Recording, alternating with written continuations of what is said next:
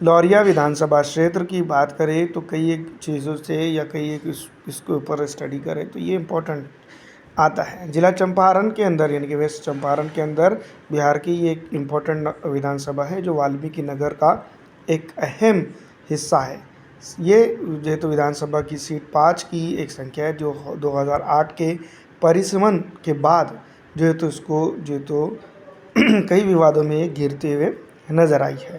वैसे अगर बात की जाए लौरिया विधानसभा क्षेत्र की तो ये यागापट्टी प्रखंड सहित लौरिया प्रखंड की लगभग 17 ग्राम पंचायत जैसे सिसवानिया, कोयटिया, मरिया, पकारिया, मेठिया, गौरबिंद इसमें विकास का काम उस तरह से नहीं हुआ है जिस तरह की जनता की पिछले दफ़ा उम्मीद थी। विधायक और राजनीतिक इतिहास की अगर बात करें तो वर्तमान विधायक विनय बिहारी पहली बार 2010 में निर्दलीय उम्मीदवार के तौर पर चुनाव जीतते हैं।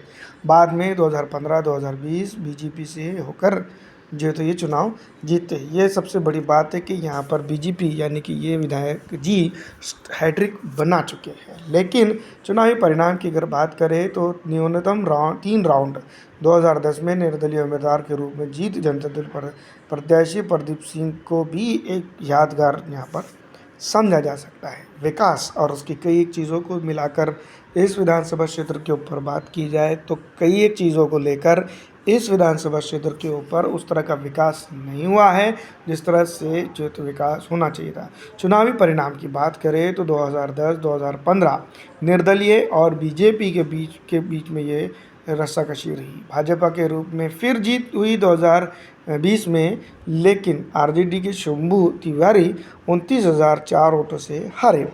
इसके बाद 2025 विधानसभा चुनाव की रणनीति और राजनीति जिस तरह से तैयार होते हुए नज़र आ रही हैं, इस विधानसभा क्षेत्र के ऊपर कई एक चीज़ें हैं जिसको लेकर घंटों बहस हो सकती है। लेकिन यही बात हम करें विकास के बारे में तो यहाँ पर विकास के नाम पर कुछ भी नहीं हुआ है। जनता की अगर बात करें तो जनता काफ़ी परेशान हाल नज़र आती है।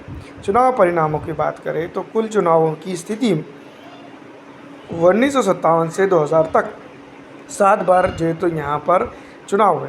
इसके साथ साथ अगर बात की जाए अब तक की तो कई बड़े बदलाव देखने को मिले हैं। कांग्रेस और उसके घटक दलों की अगर बात करें तो कांग्रेस का यहाँ पर उतना अच्छा प्रभाव नहीं है जितना अच्छा दूसरे विधानसभा के ऊपर होना इस विधानसभा पर होना चाहिए था। दूसरी तरफ अगर हम बात करें तो यहाँ पर यानी कि इस विधानसभा क्षेत्र के ऊपर कई एक चीज़ें ऐसी भी है जिसको लेकर जो चुनावी स्थिति है जिसको हम बात कर सकते हैं 2025 के रणनीतिक तौर पर या राजनीतिक तौर पर, तो भारतीय जनता पार्टी के गठबंधन का प्रभाव यहाँ पर ज़्यादा है। लेकिन भारतीय जनता पार्टी की अगर बात करें तो इस इलाके के अंदर वो स्वतंत्र तौर पर काफ़ी कुछ चीज़ें कर सकती है। क्षेत्रीय दलों की अगर बात करें तो इस विधानसभा क्षेत्र के ऊपर इनका अपना काफ़ी महत्वपूर्ण जो तो योगदान है। लेकिन भारतीय जनता पार्टी और अन्य दलों की बात करें तो लौरिया जैसी गढ़ के अंदर बीजेपी की वापसी लगभग तय मानी जा रही है। फिलहाल दोस्तों इस वीडियो में इतना ही।